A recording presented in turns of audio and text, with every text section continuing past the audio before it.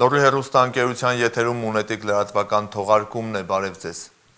Ապրիլի 19-ին առավոտյան 9:50-ի սահմաններում Պաշտպանության բանակի հարավային ուղղությամբ տեղակայված զորամասերից մեկի պահպանության տեղամասում հակառակորդի կրակոցից մահացու հրազենային վիրավորում է ստացել Պաշտպանության բանակի զինծառայող 1996 թվականին ծնված Գևորգ Գարեգինի Գևորգյանը։ Գևորգ Գևորգյանը Լոռու մարզի Աքորի գյուղից էր, նրա բազմանդամ ընտանիքը, ինչպես եւ բոլոր զոհվածների ընտանիքները, գտնվում է սոցիալական ծանր վիճակում։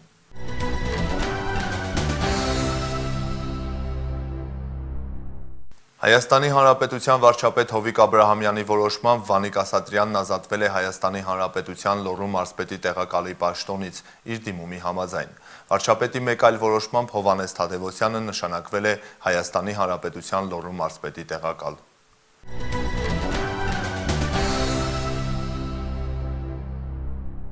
Աշխարհահռչակ շանսոնյե Շարլ Ազնավուրը ևս միացել է ծանր հիվանդ Լևոն Հայրապետյանի պատժի տեսակի փոփոխման հարցում Ռուսաստանի նախագահ Վլադիմիր Պուտինին հասցեագրված բաց նամակին։ Նշեմ, որ դրա տակ արդեն ավելի քան 50,000 մարդ է ստորագրել։ Նամակում մասնավորապես ասվում է. «Հարգելի պարոն Պուտին, մեզ չեն դադարում անհանգստացնել գործարար մեծ բարերար Լևոն Հայրապետյանի շուրջ զարգացող իրադարձությունները։ Այս ծայրահեղ հիվանդ մարդը երկրորդ կարգի հաշմանդամ է, տարել է 4 կաթված, 2 ինֆարկտ, տառապում է օնկոլոգիական և ուրոլոգիական հիվանդություններով։ Այժմ Հայրապետյանը ծայրահեղ ծանր վիճակում է։ Խնդրում ենք ձեր աջակցությունը Լևոն Հայրապետյանի պատժի տեսակի փոփոխման հարցում»։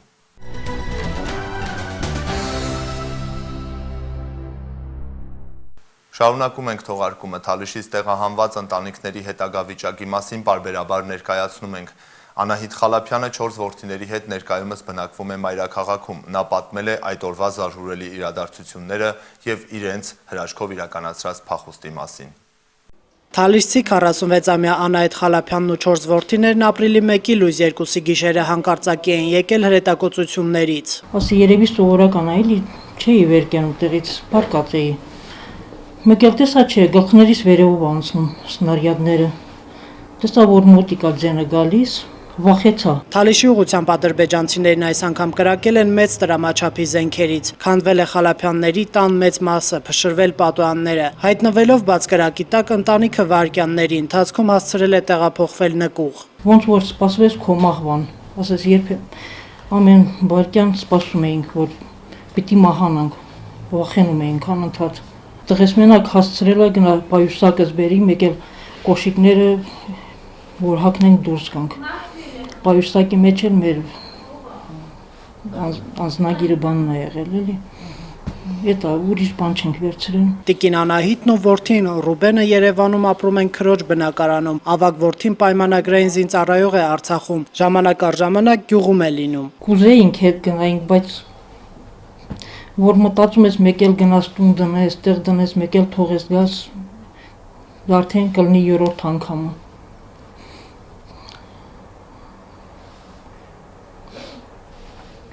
Որտե՞ղ կգնաք տիկին Անահիտ։ Որ իմանաս, որ կռիվ չկա,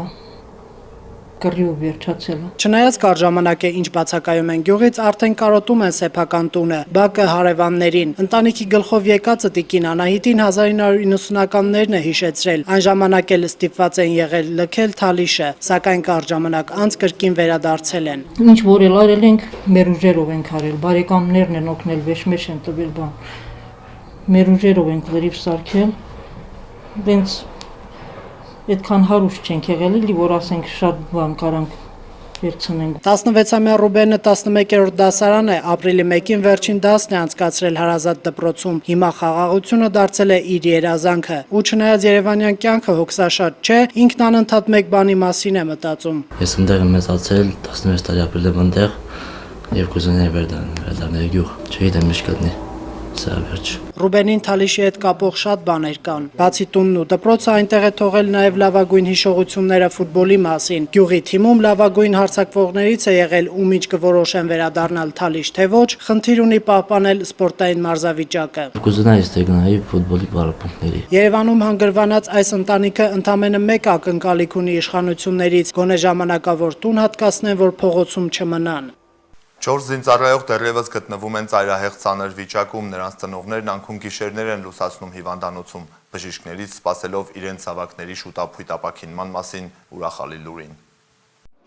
Երկու շաբաթից ավելի Էրեբունի բժշկական կենտրոնի վերակենդանացման բաժանմունքի առջև գիշերներ լուսացնող վիրավոր զինծառայողների մայրերը բժիշկներից մեկ բան են ուզում լսել, որ իրենց որդիների կյանքին այլևս վտանգ չի սպառնում։ Վերակենդանացման բաժանմունքում գտնվող 4 զինծառայողների վիճակը դեռ ծայրահեղ ծանր է գնահատվում։ Ղարաբաղի ադրբեջանական շփման գծում հրազենային վիրավորումից պայմանագրային զինծառայող 27-ամյա Էրիկ Բաբայանի գրեթե բոլոր օրգաններն են վնասվել։ Մայրը Ալվինա Կարապետյանը ասում է, Մարտակերտում ու Թալիշում գրեթե բոլորն են զինվորական։ Դա է միակ հիմնական աշխատանքը։ Ուղղակի աշխատանքը հիմնականում ծառայության մեջ է, ինքը զինվորական ժամանակ ինքը գնաց սովորեց, սերժանտ, ավագ սերժանտ։ Ցանկությունը տենց չեմ հարցրել, բայց դե իր ընտանիքը պահ է էլի։ Ընտանիքի միակ կերակրողն է։ Այո։ Հարցազրույցի պահին դուռը թակեցին, տիկին Ալվինայի որդուն հերթական վիրահատությանն էին տանում։ Սա հիվանդանոցը քեզ գյուդումը չի եկում ցած սիրում։ Դու խտտը։ Ծայրահեղ ծանր է նաև մատաղիսում վիրավորված 18-ամյա Արման Լազգյանի վիճակը։ Արմանը Ղարաբաղից զանգահարել է ծնողներին ու խնդրել, որ Երևանում տեսակցեն անդամահատված ոտքով իր վիրավոր ընկերոջը։ Մայրը Գրետա Մովսիսյանը պատմում է, չհասցրեցին որդու խնդրանքը կատարել։ Դեռ տանից դուրս չեկած տեղեկացան, որ նա էլ է վիրավորվել։ Եկան, ասացին, որ Արմանին էլ են բերում վերտալյոտով։ Ու վերջ, արդեն էլ չենք հիշում, ինչ ենք զգացել, ինչա կատարվել, ասենց 11 օր է բոլորս միասին ասենց մենակ աղոթում ենք, որ երեխեքը շուտ ապաքինվեն, ասենք հավատում ենք, ես անձամբ հավատում եմ, որ պիտի ոտքի կանգնեն։ Երբ որ վայնկոմատից ուզեցին ինստիտուտի թղթերը, եւ եթե ինստիտուտի թղթերը ներկայացնեն, հնարավոր է ինքը Ղարաբաղ չլիներ, բայց ոչ։ Նա ընտրեց կամավոր, ինչ կլինի, ոնց լինելու է, ոչ մի ձևի չի խառնվում մի ամբողջ բանակային ծառայության մեջ, գնում անդե որ Աստված կկամենա ծառայելու։ Միակ բացառիկ խնդրանքը նրան նա եղել Մադաղիսի ղեկավարությանը, որ խնդրում եմ ինձ հետագա ծառայությունս ուսումնականից հետո ուղարկեք Թալիշ։ Տնտեսագիտական համալսարանում ուսումը կիսատ թողած ժամկետային զինծառայող 19-ամյա Անդրեյ Վարդումյանի 5 հոգանոց ընտանիքում միայն հայրն է աշխատում, ով որդու հետ կատարվածի մասին լսելով վերադարձել է արտագնա աշխատանքից։ Անդրեյը վիրավորվել է ապրիլի 3-ին առաջնագծում։ Մանրամասներ չի հիշում, բայց չի մոռանում բժիշկների խոսքերը։ Գնդակը կոնքից մտել, մեջքից դուրս է եկել։ Հələ որ մտածում եմ մենակ քայլելու մասին, մի քիչ դժվարանում է։ Ոտքերս լավ չեմ զգում։ Բայց բժիշկները ասում են, որ քայլելու եմ։ Ղարաբաղցի Արթուր Արզանգուլյանը որպես կամավոր է եղնիկներ կոչվող զորամաս մեկնել։ 7 հոգանոց ընտանիքի միակ կերակրողն ասում է, մշտական աշխատանք չի ունեցել։ Առաջնագծում ձեռքի, ուսի ու թոքի հրազենային վիրավորում ստացած Արթուրը հետո է իմացել, որ դիրքերում այդ պահին կողքին կանգնած ընկերն էլ է մահացել։ Առաջնագից մեկնած Արթուրին չի հետաքրքրել պաշտպանության բանակի կոչերը, թե նոր կամավորների կարիք չկա։ Դե շատ բան ասեմ, բայց բան չունեմ ասել, մեկը պիտի որ պետք կլինի գնալու ենք։ Որտեվ հետևումս ծնողներս են ու երեխեքս։ Պնդում է, դիրքերում զինվորները տեղյակ են, որ հակառակորդի զինտեխնիկան ավելի արդիական է, բայց դա չի ազդում իրենց մարտական ոգու վրա։ Զենք իրենց կապ չունի, մենք կարևոր դուխով ենք։ Մեր այնքանի մեզ հերիքա որ մեր 18 տարեկան տղեկ է։ Նա շատ լավ դուխով են եղել, դաժե ես չեմ պատկերացրել այդքան որ զոր տղեկ ունենք։ Ղարաբաղի ադրբեջանական շփման գծում ապրիլին սկսված ռազմական գործողությունների հետևանքով վիրավորված 125 զինծառայողներից 45-ը կենտրոնական կլինիկական հոսպիտալում են բուժում ստանում, 18-ը Երևանի այլ հիվանդանոցներում։ Ծայրահեղ ծանր է գնահատվել նրանցից 5-ի վիճակը։ 4 օր առաջ հայտարարված այս տվյալները Պաշտպանության նախարարությունը դեռ չի թարմացրել։ Գելենջիկի հայ համայնքը ևս իր նյութական աջակցությունը բերեց սահմանագծում մարտնչող Լոռու մարզի 110 կամավորներին եւ նրանց ընտանիքներին։ Նրանց մի մասը հետ է վերադարձել ապրիլի 19-ին եւ 20-ին։ Այսօր Երկրապահ կամավորականների միության Վանաձորի գրասենյակում նրանք ստացել են բարերարների օժանդակությունը։ Մյուս մանրամասները տեսանյութում։ Ղարաբաղ-ադրբեջանական հակամարտության հետևանքով թշնամու գնդակից ընկած տղաների ընտանիքներին եւ սահմանագծում մարտնչող կամավորներին շտապեցին իրենց նյութական աջակցությունը բերել նաեւ Սևանի նախկին քաղաքացիները, ովքեր այսօր բնակվում են Ռուսաստանի Դաշնության Գելենջիկ քաղաքում։ Գելենջիկի հայ համայնքի ներկայացուցիչ Այդա Մարգարյանը լրատվությամբ եւ համացանցով հետևում է Հայդենի երկրում կատարվող անցուդարձին։ Հայ զինվորի կյանքը վերդասելով բոլոր շահերից համայնքը նախաձեռնության միջոցով փորձել է իր ներդրումը բերել Հայդենիքի պաշտպանության գործում։ Միտքը ծագեց անմիջապես մեր քաղաքի շատ հայերը ցանկություն ունեցան ինչ որ մի բանով օգտակար լինել իրենց հայրենիքին, իրենց հայ ազգին, որ դժվար պահին գոնե ինչ որ մի բանով կարողանան աջակցել այս ընտանիքներին, ովքեր գտնվում են հիմա մեր սահմաններում։ Հագուստ, սնունդ, դեղորայք, հիգիենայի եւ այլ անհրաժեշտ պարագաներ նախատեսված Տաշիրից, Ստեփանավանից, Գուգարքից, Սպիտակից, Վանաձորից եւ Թումանյանից սահմանագից մեկնած 110 կամավորների ընտանիքների համար։ Առաջիկայում համայնքի ներկայացուցիչները կլինեն Սևանում, իսկ ապրիլի 24-ին հիշատակ հայոց մեծ եղեռնի անմեղ զոհերի Երևանի Կոմիտասի անվան պանթեոնում կկանգնեցնեն ծաղկեպսակ։ Ռուսաստանում կան շատ լավ հայեր, որ այս օրադրությամբ պատրաստ են մեր կողքին կանգնել, օգնել եւ անում են։ Մեր Գելենջիկի համայնքը մի մարդ նման կանգնան, հավաքվեցին, այս օգնությունը կազմակերպեցին, բերեցին մեր հայերի համար, մեր եղբայրների քույրերի։ Գնդապետ Կամո Հովհաննիսյանը շնորհակալություն հայտնեց Գելենջիկի հայ համայնքին սրտացավություն դրսևորելու եւ հայրենակիցներին անհրաժեշտության դեպքում սատար կանգնելու համար։ Շնորհակալություն բոլոր նրանց, ովքեր իրոք ում համար է հողը սուրբ է եւ գտնում եմ այդպիսի հայեր մեր հանրապետության տարածքում էլ կան, տարածքից դուրս էլ կան։ Ողջունում եմ այս միջոցառումը, իրոք հետաքրքիր է եւ հաճելի։ Հերմինե Այվազյան, Կամոլ Ծատուրյան, Լոռի հեռուստաընկերություն։ Ապրիլյան քառօրյա պատերազմին անդրադարձել են միջազգային տասնյակ լրատվամիջոցներ, ինտերնետային կայքեր եւ իհարկե մամուլը։ Հեղինակավոր երկու պարբերականների հրապարակումներին է անդրադարձել Գևորգ Ստամբոլցյանը։ Քառօրյա պատերազմը լուսաբանած New York Times-ի թղթակից Էնդրյու Քրամերը առանձին հոդված է նվիրել Լեռնային Ղարաբաղի մայրաքաղաք Ստեփանակերտին, որպես կանոն պատերազմի ազդեցությունը կրող հետխորհրդային չճանաչված տարածաշրջանների մայրաքաղաքներն աչքի են ընկնում աղքատությամբ եւ անխնամ վիճակով։ 50,000 բնակիչ ունեցող Ստեփանակերտը սակայն անսպասելիորեն աշխույժ քաղաք է, նշում է թերթի թղթակիցը։ Այս ամսվա սկզբին Ադրբեջանի հետ երրորդյա պատերազմի մեջ հայտնված այս քաղաքում ամենուր նկատելի են հարուստ սփյուռքի լուրջ ուշադրության եւ շռայլության դրսեւորումները։ Բլրի վրա վերախոյանում նոր հիվանդանոցի շենքը, քաղաք տանող ճանապարհը նոր է ասֆալտապատվել, գրում է ամերիկացի լրագրողը մանրամասներով։ Կալիֆոռնիան եւ եւս 6 ամերիկյան նահանգներ ճանաչել են ինքնահռչակ հանրապետությունը, դաշնային կառավարությունն, ինչպես նաեւ աշխարհի որևէ այլ կառավարություն այդ քայլին չի դիմել, գրում է New York Times-ը։ Ռուսական ներգրավվածության աստիճանը Լեռնային Ղարաբաղում գնալով աճում է, պնդում է Financial Times-ի մոսկովյան թղթակիցը գրելով. Ռուսաստանը սկսել է հավելյալ դիվանագիտական ջանքեր գործադրել մի իրավիճակում, երբ Եվրոպայի ամենադժվարին հանգուցալուծվող հակամարտություններից մեկը լայնածավալ պատերազմի վերաճելու շեմին է։ Հպանցիկ կերպով նկարագրելով ապրիլի 2-ից 5-ը տեղի ունեցած իրադարձությունները, թերթի թղթակիցը հատուկ ընդգծում է այն հանգամանքը, որ հայկական եւ ադրբեջանական կողմերը կրակի դադարեցման մասին պայմանավորվածությունը ձեռք բերեցին Մոսկվայի միջնորդական ջանքերի շնորհիվ, չնայած այն իրողությանը, որ գոյություն ունի խնդրով զբաղվող Մինսկի խումբ։ Ինչ վերաբերում է Լեռնային Ղարաբաղի կարգավորման գործում ամերիկյան ներգրավվածությանն, ապա Վաշինգտոնում նման քայլի դիմելու մեծ ցանկություն չկա, վկայակոչելով Միացյալ Նահանգները ներկայացնող դիվանագետների հետ ունեցած մասնավոր զրույցները, նշում է Financial Times-ի թղթակիցը։ Ամերիկացի դիվանագետներից մեկը թերթին խոստովանել է, որ Վաշինգտոնում ապրիլի 2-ին չեն ունեցել անգամ Լեռնային Ղարաբաղում ծավալվող իրադարձությունների արբանյակային պատկերը։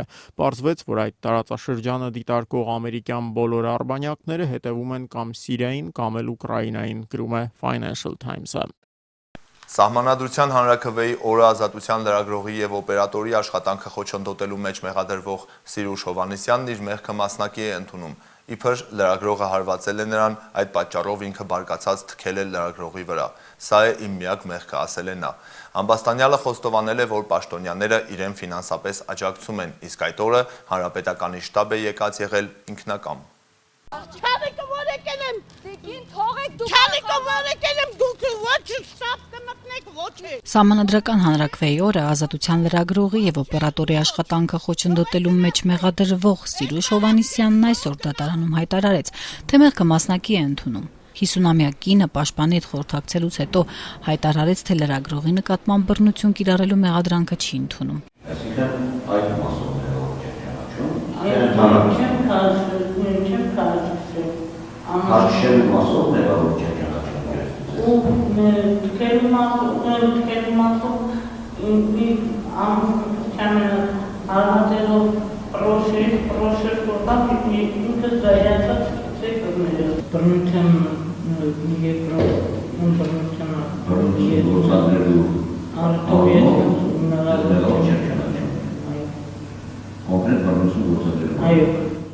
Ըստ մեղադրանքի Սիրուշ Հովհաննիսյանը բռնություն գործադրելով դիտավորյալ խոչընդոտել է ազատության լրագրողի եւ օպերատորի լիազորությունների իրականացմանը։ Հանրաքվեի օրը Արաբկիր համայնքի այոյի շտաբի մոտ կինը փորձելով խանգարել նկարահանումները թքել էր լրագրող Անուշ Մկրտչյանի վրա։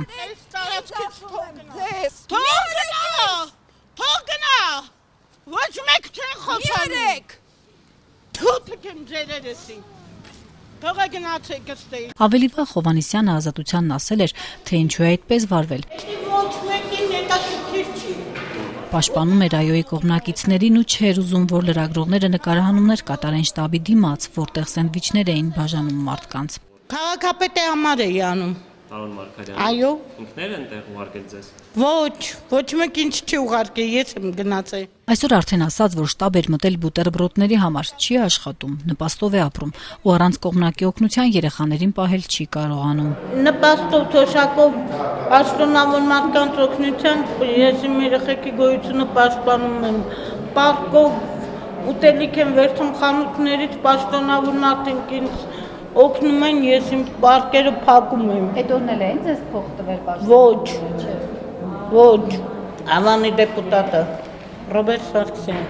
Հա, Մարգարյանի Աներսակ։ Հա, ձեզ օգնում է։ Ինչ? Ձեզ օգնում է։ Այո, ամեն ամիս։ Քաղաքապետն էլ է օգնում։ Այսօր Ամբաստանյալը նաև պնդեց, Անուշ Մկրտչյանը խոսափողով հարվածել է իր շրթունքին, ինքն էլի պատասխան թքել է։ Ոչ քաշքշել եմ, ոչ էլ բռնություն եմ կիրառել։ Ես այդ պահում ինձ մեղավոր չեմ ճանաչում։ Իսկ որ պահով եք մեղավոր ճանաչում։ Որ Անուշ Մկրտչյանը հարվածելով պրոշո սուրեց, զայրացած քեցը վրները։ Սխալ բան չեմ արել։ Մինչդեռ Անուշ Մկրտչյանը ասում է, դեկտեմբերի 6-ին ուղիղ հեռարձակված տեսանյութում երևում է, որ ինչպես է ինքը փորձում պաշտպանվել իրեն քաշքշող կնոջից։ Հաջորդ դատականիստը մայիսի 2-ին է։ Ընդդիմադիր ակտիվիստ Գևորգ Սաֆարյանը մինչև մայիսի 15-ը կշարունակի մնալ կալանավայրում։ Մեր հեռուստադիտողներին պարբերաբար ներկայացրել ենք մայրաքաղաքային լրահոսը։ Մեղադրանքը, որն առաջադրվել է ակտիվիստին, նախատեսում է կամ տուգանք, կամ միամսյա կալանք։ Առավելագույն պատիժ կարող է սահմանվել 5 տարվա ազատազրկումը։ Դատական հերթական նիստին ներկայ է եղել նաև մյուս ակտիվիստը Ռուզաննա Եղնուկյանը։ Այս ամենի մասին առավել հանգամանալից պատմում է Ազատության իմ գործընկերը։ Վերաքննիչ դատարանը մերժեց Գևորգ Սաֆարյանի բողոքը, ընդդիմադիր ակտիվիստին թողնելով անազատության մեջ։ Տրմփակնիստին ու Բարաշենի կալանավայրից բերվել էր նաև ինքը Գևորգը։ Գևորգը հայտարարեց, որ վերջին 3 տարիներին ոստիկանության մարմինները եւ իշխանական մարմինները իր նկատմամբ հետապնդում են իրականացնում եւ ինքը ասաց, որ ես քաղաքական բանտարկյալ եմ, որովհետեւ ըստ էության իր նկատմամբ նա բերեց, որ մահափորձ է եղել, չի բացահայտվել, բազմաթիվ բռնություններ է եղել։ Դատավորը մինչդեռ փաստաբան Տիգրան Հայրապետյանի փոխանցմամբ խորհրդակցական սենյակ հեռանալուց առաջ հետաքրքրվել է, թե արդյոք Գևորգը հատուկ դեմք է, ում պետությունը պետք է հետապնդի, կամ միթե նա այնպիսի քաղաքական հեղինակություն ունի, որ հալածանքների ենթարկվի, արժանանա ոստիկանության ու դատարանների հատուկ վերաբերմունքին։ Մեր դատարանները շատ հանգիստ են ընդունում, որ եթե անձը ընդդիմադիր քաղաքական հայացքներ ունի, ապա նրա նկատմամբ կարող է եւ իշխանության ներկայացուցիչները հետեւյալ վերաբերմունք ունենան։ Դատարանի այսօրվա որոշմամբ առնվազն մինչև մայիսի 15-ը Գևորգը կանցկացնի կալանավայրում։ Ամենայն հավանականությամբ վաղը նախաքննությունը կավարտվի։ Արդեն այս պահին ակնհայտ է թե դատախազների մոտեցումը, թե քննչական մարմինների մոտեցումը, որ շատ խիստ արարք է կատարել Գևորգը ըստ իրենց եւ այդ արարքի համար իրենք ամեն կերպ պայքարելու են, որպեսզի խիստ պատիժ լինի։ Ամանորի գիշերվանից ճաղերի հետևում հայտնված Գևորգ Սաֆարյանը մեղադրվում է ոստիկանի նկատմամբ ոչ վտանգավոր բռնություն գործադրելու մեջ։ Հոդվածը որպես պատիժ նախատեսում է տուգանք, 1 ամսվա կալանք կամ էլ առավելագույնը 5 տարվա ազատազրկում։ Ոստիկան Գեգամ Խաչատրյանը Գևորգից բացի ժամանակին այսպիսի ցուցմունք է տվել նաև Շանթ Հարությունյանի դեմ։ Ձյունա սայթակում է եւ այլն, բայց սա քննիչը ասում է տեսար, դու Քոուսը շարժվեց, այդ ժամանակ Գեգամը 3.5 մետր հետո ընկավ։ Հիմնադիր խորհրդարանից Վարուժան Ավետիսյանին դատարանի այսօրվա որոշումը չզարմացրեց։ Ասում է նույնիսկ պատերազմի վտանգը չի ստիպում իշխանությանը ազատ արձակել քաղաքական բանտարկյալներին։ Հայաստանում դատարաններ չկան, մենք գործ ունենք ժամանակակից ձևերի տակ քողարկված խանական կառավարման համակարգի հետ, որի մեջ դատարանը ադմինիստրացիայի մաս է։ Պատժելու հոգեբանորեն երիտասարդներին, Գևորգի նման ակտիվ երիտասարդներին հետ պահելու։ Այսօր Գևորգին աջակցելու էր եկել Ռուզաննա Եղնուկյանը։ Մաշտոցի պողոտայում ոստիկանության հետ բախումից հետո ճակատի վերքը սպիանում է, դեռ գլխացավեր ունի։ Իսկ հարուցված քրեական գործով առայժմ շարժ չկա, թեև Ռուզաննան ճանաչվել է տուժող, բայց որևէ մեկին մեղադրանք չի առաջադրվել։ Չեմ կարծում, որ կբացահայտվի նույն Գևորգ Սաֆարյանի, ինչու են երկարացրել կալանքը Գևորգ Սաֆարյանի, պատճառաբանել, որ ինչ-որ տեսանյութում վերջի օրը ինչ-որ ոտք են հայտնաբերել, որ հայտնի չի թե ում է պատկանում, ում է հարվածել, բայց դրա համար Գևորգն է պետք է նստի, որպեսզի կպարզեն, թե ոտքի տերը ով է։ Այստեղ էլ նույն ասում են, ոտքը կա, հարվածը կա, բայց բացահայտելը տեստողներ են եղել, նույնիսկ որ ասել են այդ ժամանակ մատնացություն ալել, որ ոստիկանն է, բայց ջրվելու է գնա, առանց որևէ լուրջ հետևանքներ թողելու, որևէ մեղավորը պատժվելու։ Վաստակաշատ մանկավարժ երաժշտագետ Ռոբերտ Ռիգանյանը տոնում է իր մանկավարժական 40-ամյա գործունեությունը։ Վանաձորի Տիգրան Չուխաջյանի անվան արվեստի դպրոցում ավանդույթ է ձևավորվել ավարտական համերգով հանդիսատեսին ներկայանալը։ Այս տարի համերգով հանդես են եկել փողային եւ ժողովրդական նվագարանների բաժնի 2015-2016 ուսումնական տարվա 5-րդ դասարանի աշակերտները։ Իրենց հերթական ելույթը նրանք նվիրել են սիրելի դասատուին։ Տիգրան Չուխաջյանի անվան արվեստի դպրոցում կայացավ փողային եւ ժողովրդական նվագարանների բաժնի 2015-16 ուսումնական տարվա դասարանական համերգը։ Բաժնի դասատու Ռոբերտ Ռիգանյանը դպրոցում իր մանկավարժական գործունեությունը ծավալում է արդեն 40 տարի։ Սաները համերգը նվիրեցին հարազատ դարձած մանկավարժին։ Գործիքներ տարբեր են, սաքսոֆոններ, կլարնետներ, անսամբլներ, դուդուկ, շվի։ Հիմնականում կան բազմաժանր են, եւ դասական ոճով եւ ժողովրդականը, բնական եւ կոմիտասը, եւ Խաչատրյանը, Մեծն Խաչատրյանը։ Համերգի նվագակցողներ դաշնակահար Գոհար Ղարիբյանը 4 տարի է աշխատում է Ռոբերտ Ռիգանյանի հետ։ Ասում է հաճելի է աշխատել իր գործին նվիրումով մոտեցող, իր գործում վարպետ մարդ մասնագետի հետ։ Ռոբերտ Ռիգանյանը բավականաչափ լավ ուսուցիչ է, շատ լավ կրթում է իր երեխաներին, ու երեխաներն էլ հաճույքով են գալիս, մեր երեխաները գնալով ավելի լավ կզարգանան, ավելի լավ կնվագեն, քանի որ ինքը շատ պահանջկոտ ուսուցիչ է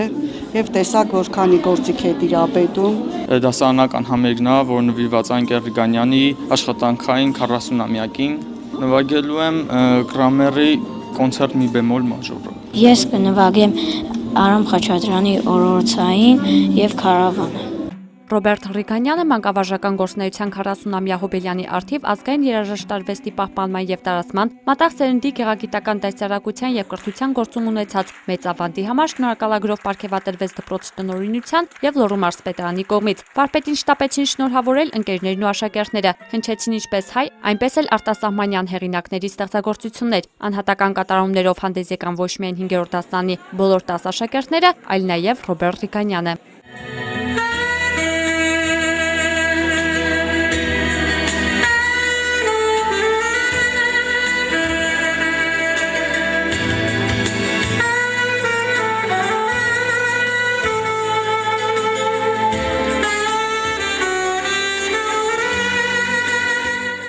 Հերմինե Այվազյան, Կամոտ Ծատուրյան, Լոռի հեռուստաընկերություն։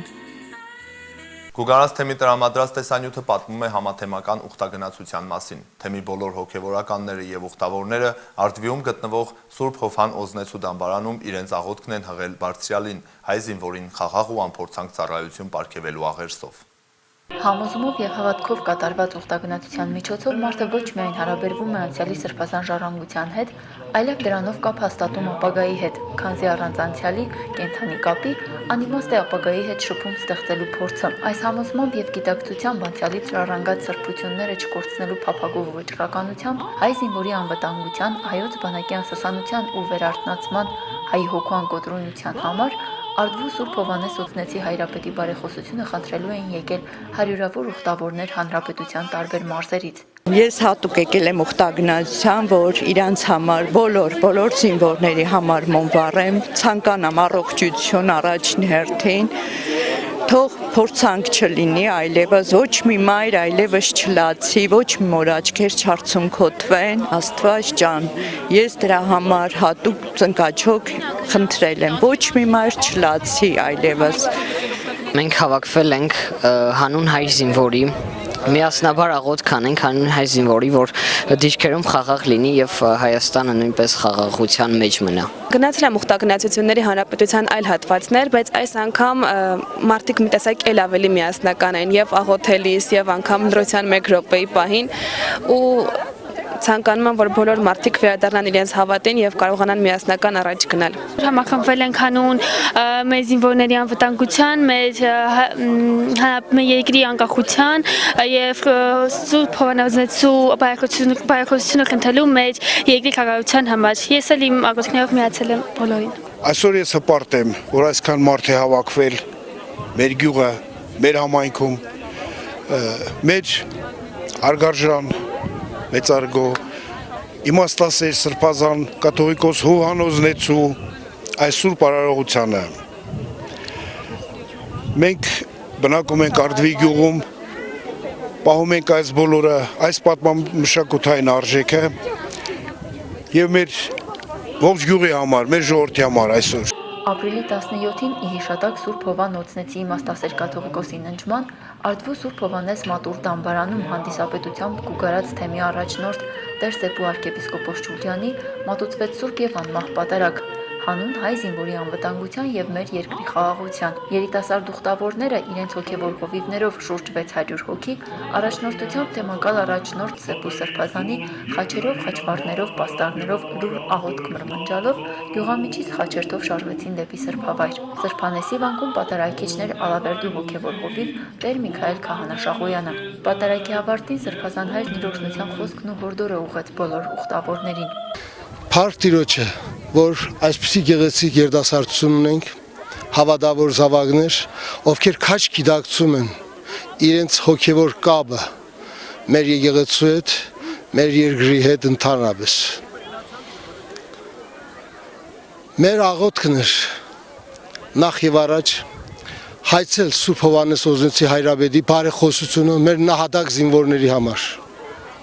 եւ հայցել նրա օրհնությունը մեր զինվորների համար եւ մեր երկրի խաղաղության համար։ Այսօրվա բուն խորհուրդը այս էր, որով մենք մասնագիտ դարձանք յուրաքանչյուրս եւ այս կերպ մեր հոգեվոր կապը պահպանեցինք անցյալի, ներկայի, որպեսզի կարողանանք ճիշտ ապագա կառուցել։ Մենք հավատում ենք մեր երդասարտությանը, ովքեր քաչ գիտակցում են իրենց ազգային պատկանելությունը եւ գիտեն իրենց արժեվ դրված խնդիրը այն որ վաղվա օրը վաղվա Հայաստանի ապագան այս երդասարտության ձեռքերում է եւ մենք պետք է կրթենք դասիրակենք նրանց որովհետեւ նրանք անորոշության մեջ չխարխափեն։ Այս ուխտագնացությունը գուգարած թեմում միակը չէ որպես համաթեմական, սակայն մյուս բոլորից առանձնանում է հատկապես իր մասշտաբայնությամբ եւ ոգեղենությամբ։ Թեև տարվա ընթացքում Սրբի դամբարան այցելող ուխտավորների հոսքը երբևէ չի դադարում, սակայն ապրիլի 17-յան ուխտագնացություններին միշտ էլ մեկ սիրտ եւ մեկ հոգի դարձած ուխտավորները, ինչպես իրենք են վկայում, Սրբի բարեխոսությամբ ու զառատ են վերադառնում իրենց տները եւ լսելի են լինում իրենց աղոթքները։ Գալիս ենք այստեղ ամբողջ ժողովրդով երիտասարդներով առավել այս օրերին, երբ հայ ժողովուրդը օրասական պահում է եւ Արցախ երկրի սահմանները թշնամու կողմից ոտնաձգությունների են ենթարկվում, ինչպես տեսնում ենք Սուրբը կաթողիկոս դառնալուց հետո Հովանոզնեցին գնում է Օմար Խայֆայի մոտ եւ խնդրում է նաեւ իր խնդրանքներից մեկը, որ գերիներին ազատ արձակի, նաեւ այսօր մենք ենք եկել Սուրբ Հոգու Սրբի բարեխոսությունը խնդրելու, որ Ադրբեջանում գերիներ կան այսօր ցավոք սրտի, նաեւ իրենց համար ազատագրություն խնդրելու, մեր ժողովրդի համար անսասանություն եւ նաեւ միասնականություն խնդրելու։ Եվ ինձ համար որպես հայ երիտասարդ շատ ուրախալի է, որ նաև հոգևոր առումով այսօր հնարավորություն տրվեց օրնությամբ Գուգարաց թեմի առաջնորդի,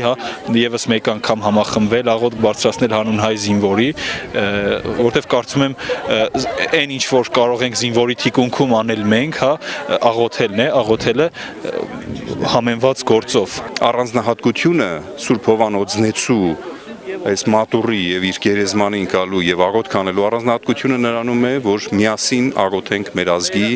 մեր բանակի համար, ազգի միասնության համար, թող մեր ղեկավարներն էլ այսպես սրտները մի քիչ են որ ասում են, մեր թագավորները միշտ այդպես էլ մի քիչ սրտները գութը քիչ է լինում, թող գութը շատանա նրանց սրտերում եւ մեր ժողովրդին, մեր ազգին, մեր բանակին քաղցր աչքով նայեն եւ պինդ պահեն այս երկիրը, այս աղոթքի համար ենք եկել այսօր այստեղ։ Սուրբ Հովանոզնեցի հայրապետը մայր եկեղեցու այն մեծագույն սուրբերից մեկն է, ով քայլելով պատմության դժվարին քարուղիներում ազգային հզոր եկեղեցի ունենալու տեսլականով հսկայական ժառանգություն է թողել հայ ժողովրդի համար եւ այդ ընտիրավանդի կրողներն ենք մենք։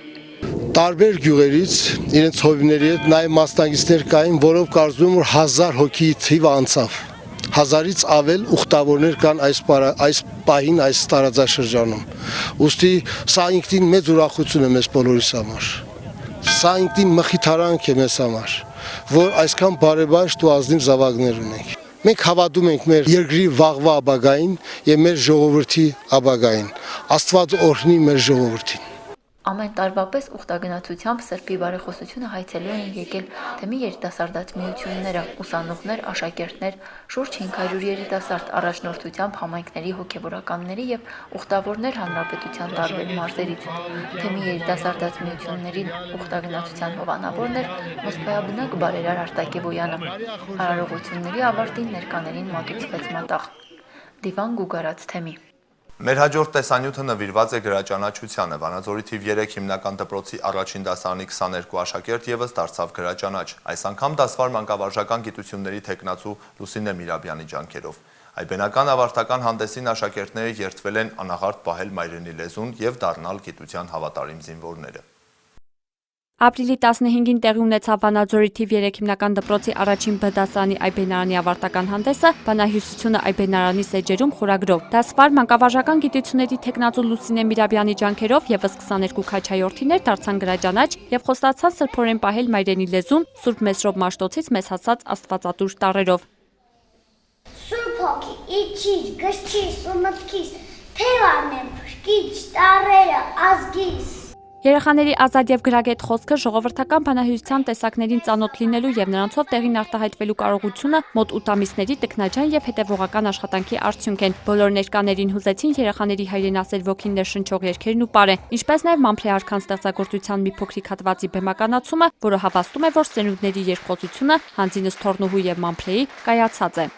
Գարունը հայերեն է գալու, հայերեն են գալու դարերը։ Մեր 6-ամյա հրաշքները կարողացան հանդիսատեսին հասցնել այն գանձերը, որն անբարել էր իր մեջ նրանց առաջին դասագիրքը Այբենարանը, եւ դրանով իսկ ներկաները համոզվեցին, որ ինչ էլ որ լինի, գարուններն էլի հայերեն են գալու դարերը։ Հայրենասիրության այս բաց դասի համար ուզում եմ ասել եւ գնահատել գերազանց։ Հանդեսին ներկային դպրոցի տնօրինությունը ուսուցչական կազմը հյուրեր Կրթության ազգային ինստիտուտի Լոռու մասնաճյուղի մասնագետներ ծնողներ։ Հերմինե Այվազյան, Դավիթ Յավրյան, Լոռի հեռուստաընկերություն։ Ուրախալի մեկ լուր մարզաշխարհից Երևանում ապրիլի 10-ից 15-ը կայացած երիտասարդների բռնցքամարտի առաջնությունից մեր մարզի հավաքականը վերադարձել է մեդալներով։ Մեր տղաներից Նարեկ Հովանեսյանը եւ Արտուշ Հովանեսյանը դարձել են հանրապետության չեմպիոններ։ Ունեցել ենք նաեւ երկրորդ եւ երրորդ մրցանակակիրներ, ովքեր կընդգրկվեն Հայաստանի Հանրապետության պատանիների ազգային հավաքականի կազմում եւ կմասնակցեն Եվրոպայի երիտասարդների, այնուհետեւ աշխարհի առաջնությանը, հիշատակվում են տեսանյութում։ Ապրիլի 10-ից 15-ը Երևանի Դինամո ընկերության մարզապալատում անցկացվեց Հայաստանի Հանրապետության բռնցքամարտի երիտասարդների առաջնությունը։ Սամվել Շախկուլյանի եւ Արթուր Փելեշյանի գլխավորությամբ Լոռու մարզի հավաքականը առաջնությանը ներկայացավ 12 բռնցքամարտիկով եւ 1 աղջիկ մասնակցով։ Առաջնության հաղթողներ դարձան օլիմպիական հերթափոխի մենապայքարային մարզաձևերի մարզադպրոցի սաներ 75 կիլոգրամ քաշային Արտուշ Հովանիսյանը, մարզիչ Գևորգ Կոստանյան եւ 60 կիլոգրամ քաշային Արեգ Հովանիսյանը, մարզիչ Բագրատ Ավոյան։ Արծաթե մեդալակիրներ դարձան նույն դպրոցի սաներ 56 կիլոգրամ քաշային Սամվել Սողոյանը, մարզիչ Գևորգ Կոստանյան եւ 81 կիլոգրամ քաշային Էրիկ Սիմոնյանը, մարզիչ Բագրատ Ավոյան։ Վերջինիս սան Տաշիր քաղաքը եւ Դինամո ընկերությունը ներկայացնող 75 կիլոգրամ քաշային Տիգրան Բաղդասարյանը գրավեց երրորդ տեղը։ Լավագույն եռյակը համալրեցին նաեւ մանկապատանեկան մարզադպրոցի սան 56 կիլոգրամ քաշային Տիգրան Սալիբեկյանը, մարզիչ Արթուր Ուլիխանյան եւ Բաղդասարյան եղբայրներ։ Բռնցքամարտի ակումբը ներկայացնող 49 կիլոգրամ քաշային Հովիկ Քոչարյանը, մարզիչ Արթուր Փելեշյան։ Լավագույն բռնցքամարտի անվանակարգին արժանացավ Սամվել Սողոյանը։ Աղջիկների պայքարում երկրորդ տեղը գրավեց մանկապատանեկան մարզադպրոցի սան 60 կիլոգրամ քաշային Անժելիկա Բաղդասարյանը, մարզիչ Արթուր Ուլիխանյան։ Առաջնության հաղթողները կձևավորեն Հայաստանի Հանրապետության հավաքականը եւ հունիսի 6-ին կմասնակցեն Եվրոպայի երիտասարդների, այնուհետև աշխարհի առաջնությանը։ Հերմինե Այվազյան, Լոռի հեռուստաընկերություն։ Այսօրվա լրահոսը սպառվեց, ես հրաժեշտ եմ տալիս ձեզ, ցտեսություն եւ ամենայն բարիք։